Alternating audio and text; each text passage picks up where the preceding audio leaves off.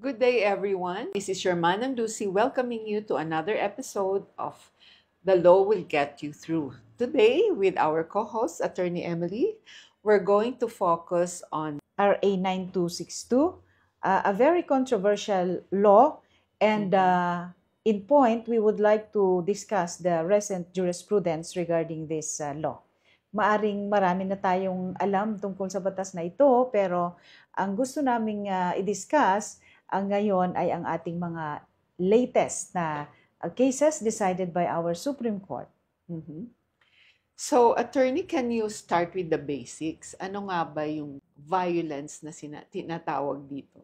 Sandali Okay. ha? So, first off, a pleasant Aha. evening, everyone. Naimbag nga rabi ka na tayo amin dito'y Cordillera at sa buong Pilipinas. Isang magandang gabi po sa ating lahat. Okay, itong violence against women or anti-violence against women and their children, ito po yung mas kilala natin na batas na palaging sinasabing RA 9262 or Mhm. VAUC. Mm-mm. Okay, so by the title alone, alam na po natin nito na may kinalaman ito sa violence Mhm. na dinadanas or that is being experienced by women, not only Mm-mm. women, but their children. Mhm. And it's funny because the law also gives protection to the pets Mm-mm. owned by the women or their children. Kaya may isang nag-joke doon sa akin at sabi niya, dapat ang title ng batas ay hindi anti-violence against women and their children, And but their pets. and their pets. Okay. I would say that, it's relevant to the times because Yes, there is a growing trend of couples, families treating their pets as part of their family. true. Oo. Especially the couples who do not have Children, children yes. of their own. So they have their pets and they are so attached to their pets.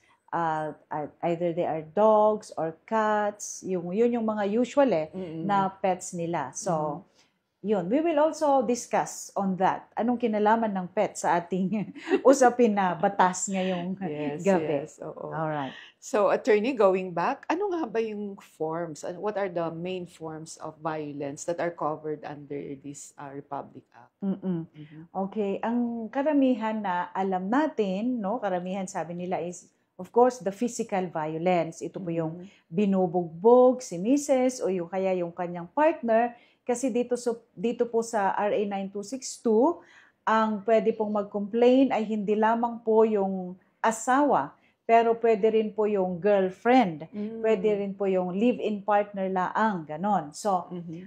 we have the forms of violence. We have physical violence, of course. This Mm. has to do with the physical and bodily harm. Sabi ko nga kanina, yung pangbubugbog, pananadyak, panunulak, okay, pagsasampal, yung mga ganyan. Mhm. Another form of violence, we have the sexual violence. Of course, this is sexual in nature. And then, ang example po nito is we have rape, acts of Mm. lasciviousness, sexual harassment, Mm. yung mga ganito. Mhm. We have the third form, we have psychological violence. Okay, this Mhm. has something to do with the mental and emotional suffering being experienced by women who are caught in an abusive relationship. And Mhm. we have the last and the fourth form of violence under RA 9262. Ito po yung economic violence. This happens when the husband or Mm. the man partner tries to control the money or the conjugal property Mhm. between the spouses or the partners, or withholding financial support or not giving what is due. Okay, so these are the four forms of Yeah, okay. violence. So, attorney, curious lang ako kasi on the economic abuse, parang Mm-mm. parang eto hindi natin masyadong naririnig, Yes. It's mas yung physical ang mas Yes. commonly reported. But the economic abuse, ano ho ba yung mga acts or what are the behaviors that are included in this category All right. na form of Pag violence? sinabi nating Oo. economic violence, Oo. naririto yung controlling the victim's money or property, or not allowing the wife or the partner to use the conjugal properties, or ito yung karamihan dito, ang problema pumapasok dito yung withholding of financial support, either to the wife or to the partner, or to their common child, or to the child of the wife or to the woman. Okay. Yan. Oo. Nabanggit nyo rin po previously yung sexual relationship and dating relationship. Ano po itong difference? Are they one and the same or magkaiba yan? Yes. But before I go there, Manang Lucy, may naalala lang ako doon sa economic violence. I would like to share an actual case. Meron akong kakilala, friend at the same time, hating gabi, tumatawag. And then sabi niya, ano po ang pwede kong gawin, attorney? Kasi yung husband ko, nilock yung aming bahay. Ayaw niya akong papasukin. Okay, and then, ayaw niyang, yung mga damit ko, sabi niya, inilock din daw yung cabinet. So, hindi niya magamit yung kanyang mga damit. And then, nung uuwi siya, ipinadlock din ni husband yung kanilang bahay. So, actually, that will fall under economic violence because in a way, the husband there was prohibiting the wife from enjoying the use of their family home, the conjugal dwelling. So, isa ito sa actual na kaso na na-handle ko na ganun po, no? May husband na ipinagbabawalan niya yung kanyang asawa na gamitin yung cabinet sa kanilang loob ng bahay at ayaw siyang papasukin dahil ipinadlock yung kanilang bahay. Ganyan. Actually, I have 2 actual cases relative to that. So, these are actual examples na syempre yung mga binubugbog, alam natin yan, palagi nating napapanood. Pero yung mga economic violence, medyo hindi gaano. But it's also happening in our backyard and in our locality. Okay, so going back to the question. Kasi dito sa RA 9262, meron nga itong tinatawag na dating relationship and sexual relationship. Usually, pag tatanungin ko ito sa mga students ko, okay, funny. Kasi ang sinasabi nila is, ma'am, pag dating po, nagdi-date lang. Pag sexual relationship, involve ang sexual contact. Ganon, no? Pero, that is not the correct differentiation of these two because itong terms na ito are very important because they have technical difference and the technical meaning when we talk about RA 9262. So when we talk about dating relationship, this refers to a situation wherein the parties live as husband and wife without the benefit of marriage. Or they are romantically involved over time. So it requires the element of continuity somehow. Ganon. Pag sinabi naman nating sexual relationship, it refers to a single sexual act. Ganyan. So maaaring hindi sila nagli-live-in kasi ang best example natin doon sa dating relationship is live-in partners. Those who are into a long-time relationship, yung romantic relationship for quite a period of time. Sabi ko nga, ang element doon ng continuity is needed.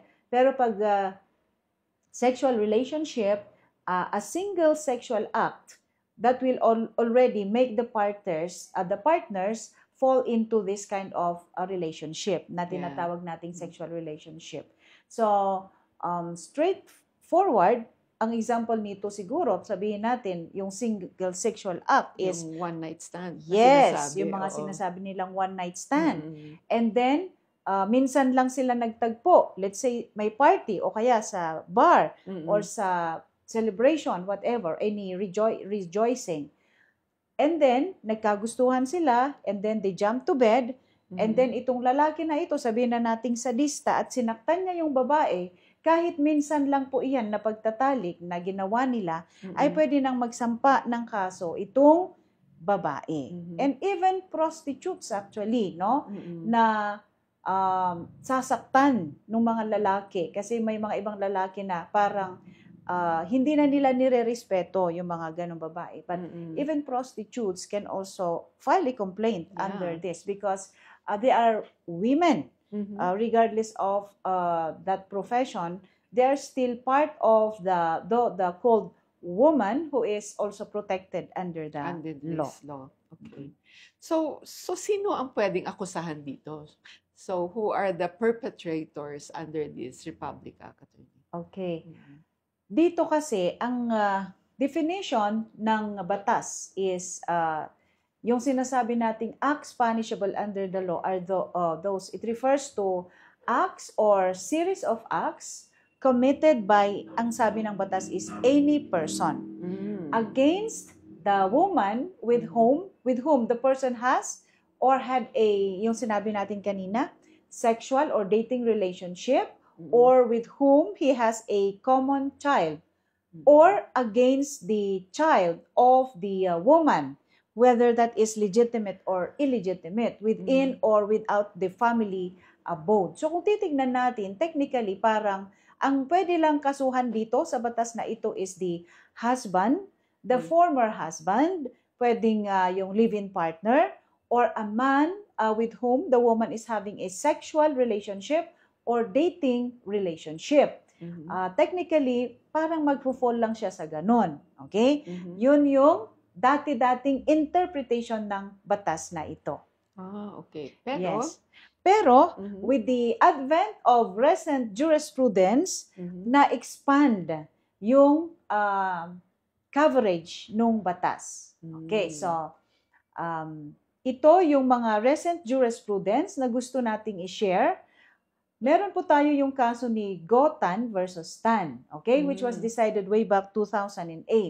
So, dito, yung mag-asawa, okay, si husband, sinasaktan niya yung kanyang wife, okay, there physical abuse, and then, ang problema kasi dito, the man is also pressuring the wife to be evicted from the family home. Ganyan, aside from the physical assault, from the physical injuries being suffered by the woman. Ang problema dito, hindi lang yung husband ang nagmamaltreat sa wife, but even the parents-in-law. Yung mga magulang nung lalaki, they are joining the husband in doing all these abusive acts against the woman. So, ang nangyari dito, nag-file si wife ng complaint requesting for the issuance of protection order. And doon sa ini-request niya, hindi lang yung protection order against the husband, but protection order even against the parents-in-law. So, syempre, yung mga parents-in-law umalma at sabi nila, teka, ang pwede lang kasuhan dyan sa RA 9262 is the husband, the former husband, or a person with whom the woman had a sexual or dating relationship. And we are out of those enumeration, sabi nung mga parents-in-law. Okay, napakaganda ng case ni ito ni Gotan versus Tan, because here, the Supreme Court ruled that even parents-in-law applying the principle of conspiracy under the revised penal code of the Philippines could also be included in the issuance of the protection orders because they are also inflicting suffering to the woman. So sa case po ito ni Gotan versus Tan, even the parents-in-law were included in the issuance of the protection order. So it's not only the husband who cannot go near the wife, who cannot call the wife, who cannot contact the wife, but even the parents-in-law were also prohibited from doing such acts to the woman. All right. Okay. Another interesting case is the case of Knutson versus Knutson. Sounds foreign. Yeah. Dito pa ho ba sa atin yan? Nangyari po dito sa Philippines ito, Manang Lucy. Okay. Pero, Knutson versus Knutson because the man here is a foreigner. Is an American citizen. So, dito naman, this is a very unique case. This is a recent jurisprudence. It was decided in July 12, 2022. Dito naman, ang nagmamaltreat sa kanilang anak is the mother. Diba? So, it's very strange kasi karamihan, yung mga karamihang kaso is it's always the father. Yeah. Most often than not, it's the father. Pero sa kaso ni Knutson versus Knutson na ito, si Randy na foreigner, very responsible, mabait siya, okay, towards the wife. Pero yung wife dito sa case na ito ni Knutson versus Knutson, siya yung irresponsible. Kasi she rather was hooked into casino. Oh. Actually, nilustay niya yung mga naibigay sa kanila ni Randy Knutson na may condominium. And then, ganun yung nangyari. Because the woman here, the mother, was hooked into casino. Naubos ngayon, naibenta yung kanilang mga napundar na ari-arian. And then, she was also beating the child. The name of the child here is Ruby. And, na-witness din ni Mr. Randy Knutson na the wife here was even hurting her very own mother in the presence of their child. So, syempre, hindi maganda yan.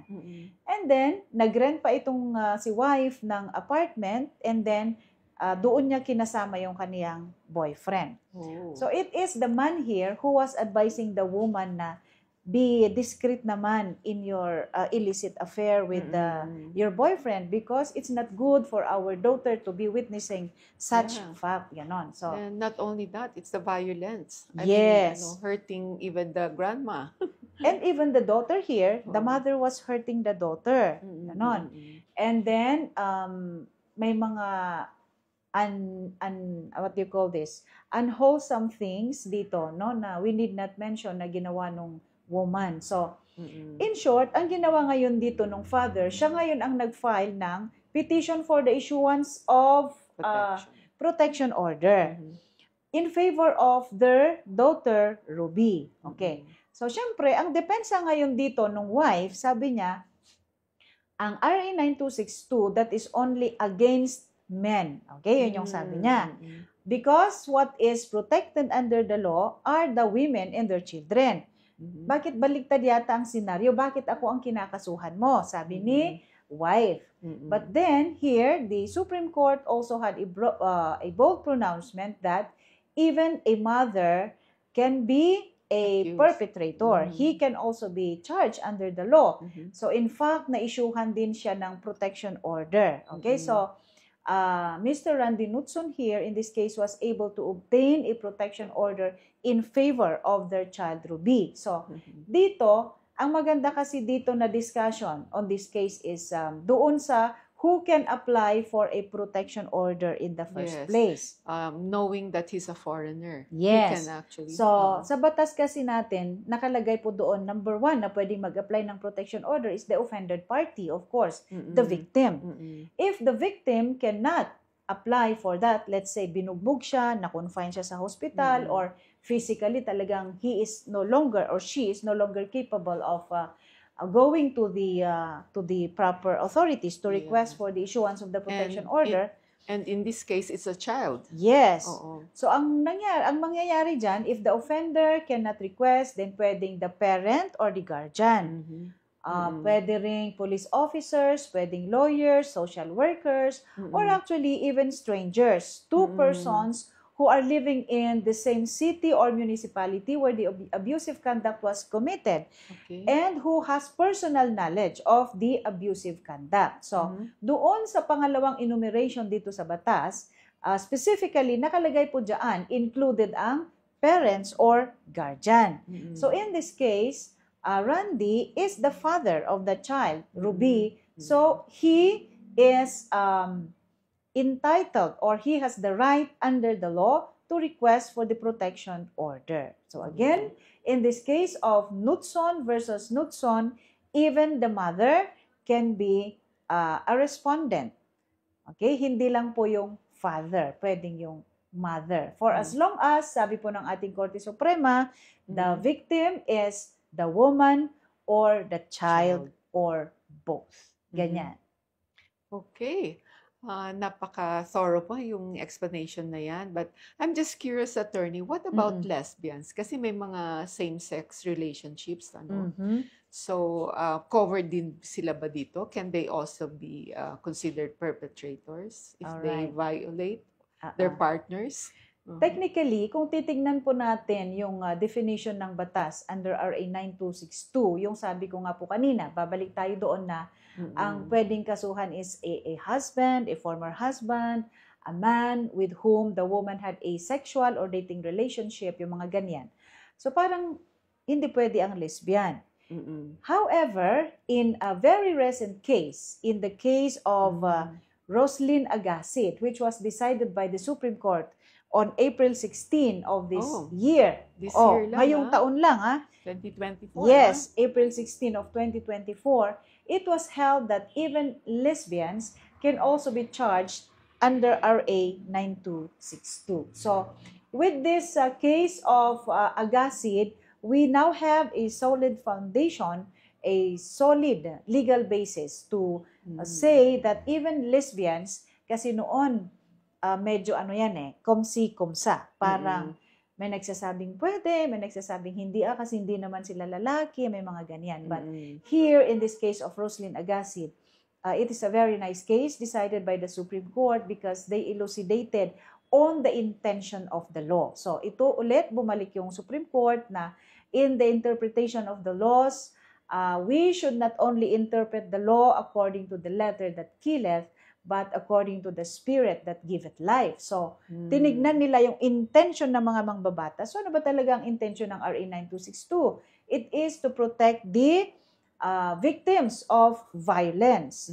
particularly the woman, the child, ganyan. So, ang sabi ng Supreme Court dito, even if the perpetrator is a woman, a fellow woman, kapwa babae, pwedeng ma-charge under the law. This is a very good case. So, we encourage you to read that case, Roslyn Agassiz case. It's decided April 16, 2024. It's a very recent case. And di ba, Manang Lucy, that is one of our purpose kasi in this podcast is to share the recent jurisprudence to our viewers. Nang sa ganun po ay malaman natin ano yung mga development sa ating mga batas and the interpretation of our Supreme Court of the existing laws. Because laws are evolving and sabi nga natin, ang ating Korte Suprema, ini-interpret po nila ang ating batas para po yan ay maiakma, doon po sa pangkasalukuyang pangangailangan ng ating mga mamamayan. Tama ho. At saka maganda yan at nakikita natin na nag-evolve talaga as realities are unfolded. Well, it also points out some elements that were missed out in the original form of the law.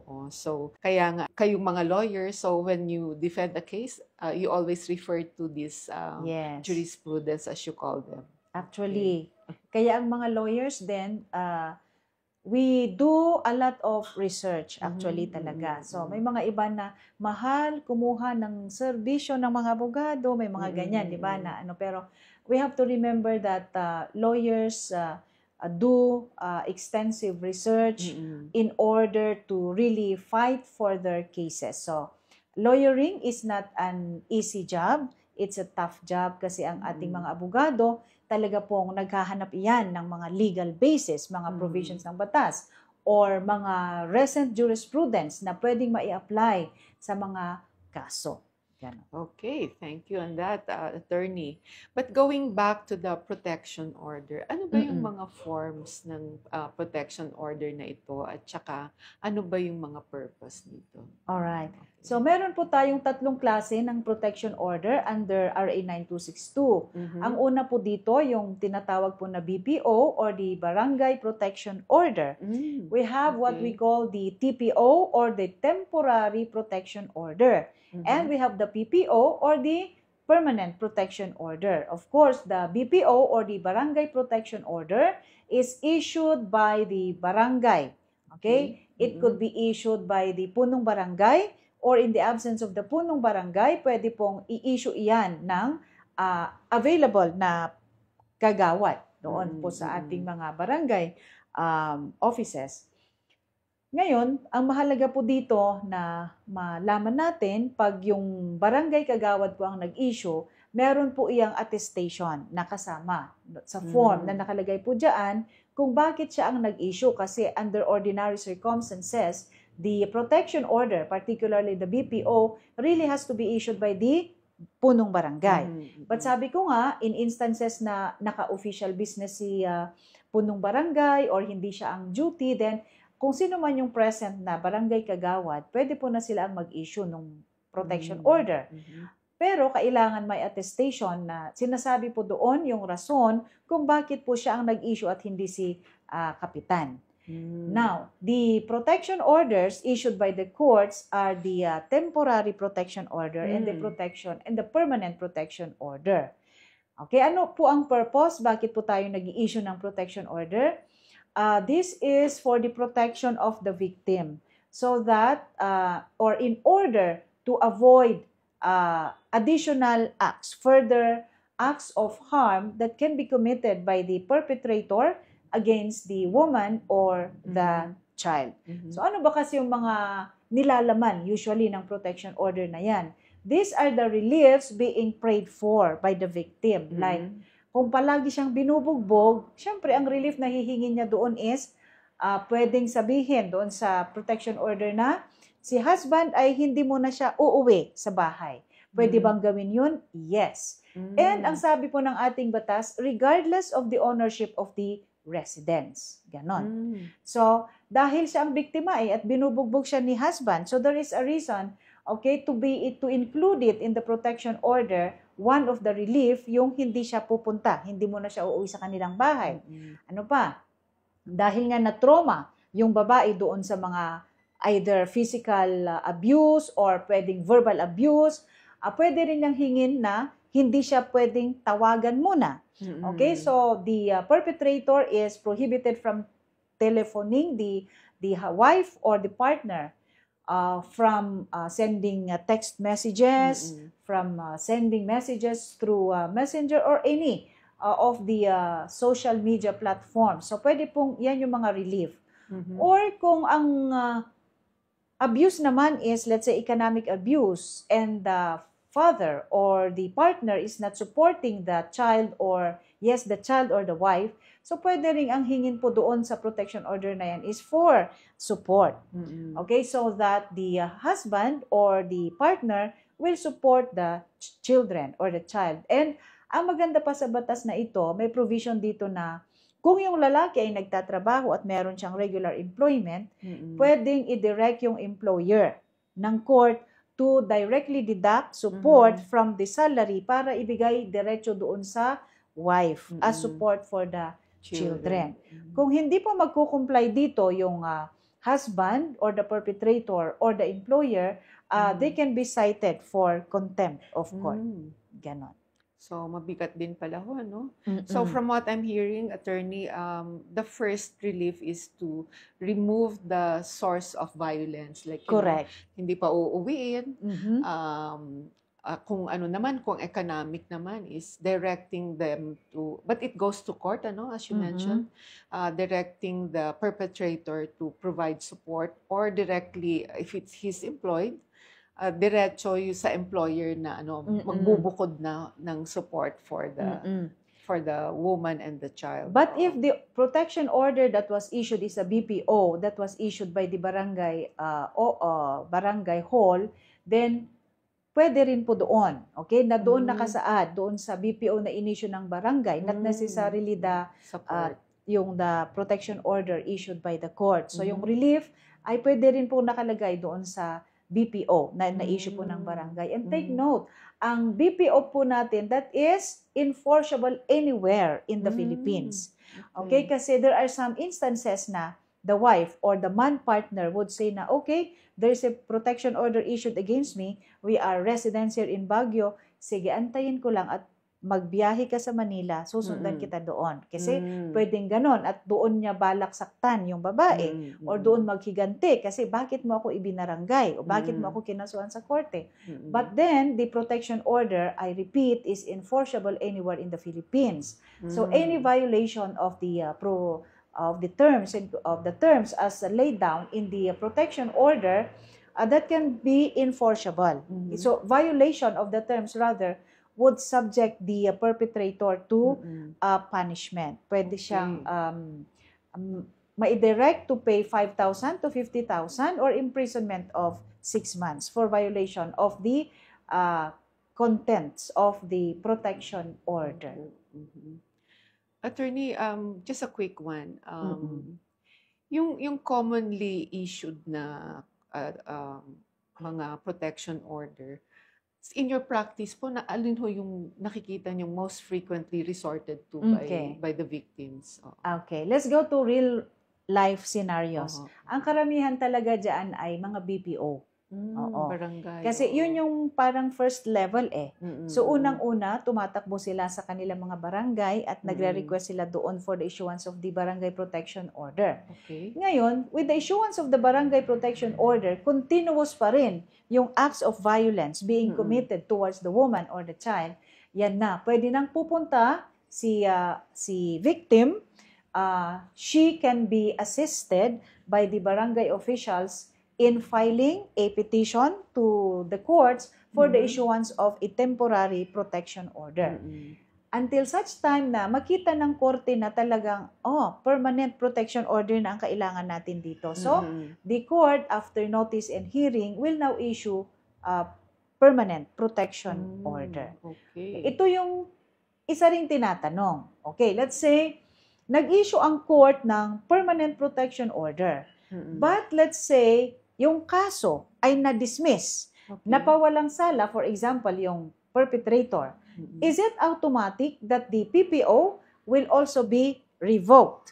Okay, ang sabi po ng batas natin, it will not be automatically revoked until such time that the person, the victim, who requested for its issuance will file a petition to the court for its revocation. Bakit po ganyan? Kasi kahit na na-dismiss yung kaso or na-acquit po yung akusado, ay maaaring, kung titingnan na, maaaring continuous pa rin yung commission ng violence.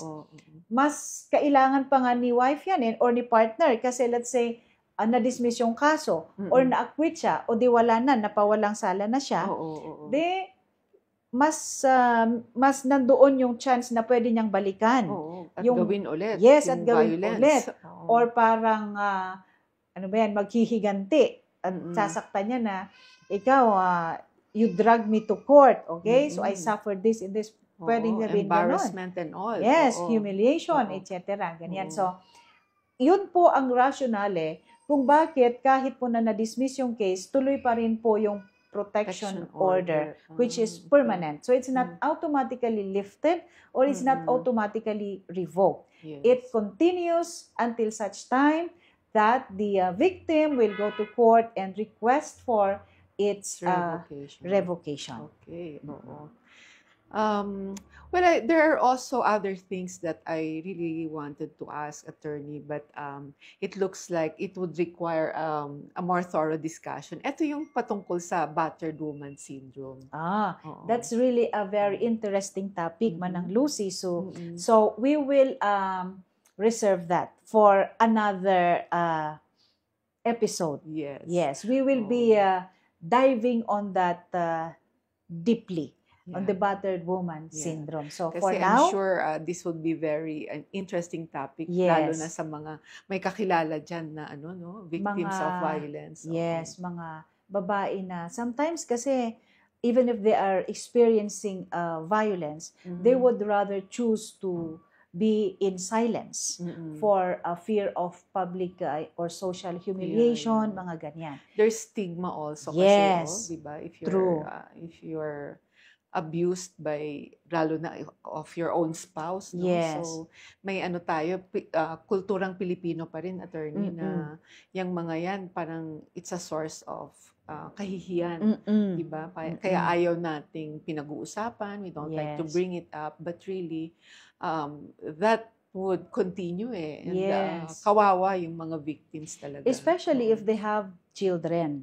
So, mothers would endure, mothers would sacrifice as long as they can. But one purpose also of this podcast to our viewers is to inform you of your rights na if you can still endure and sabihin na natin na kaya nyo pa for the sake of family harmony, well and good.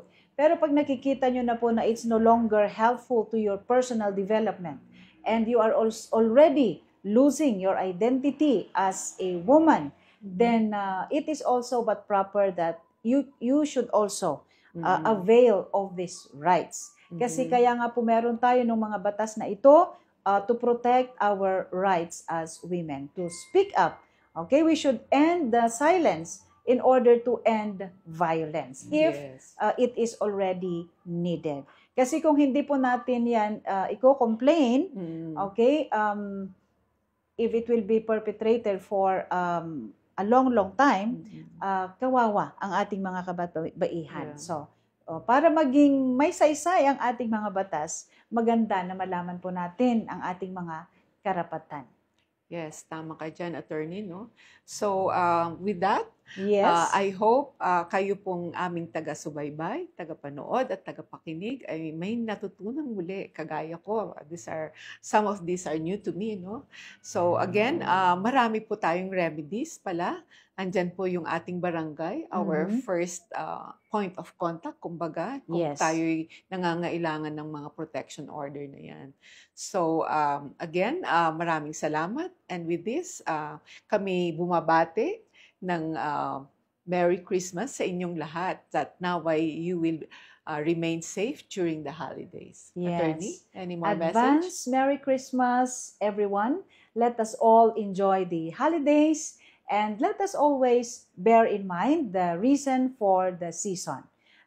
Let us always take time to thank our Almighty Father for giving us His one and only Son to save us for the redemption of humanity.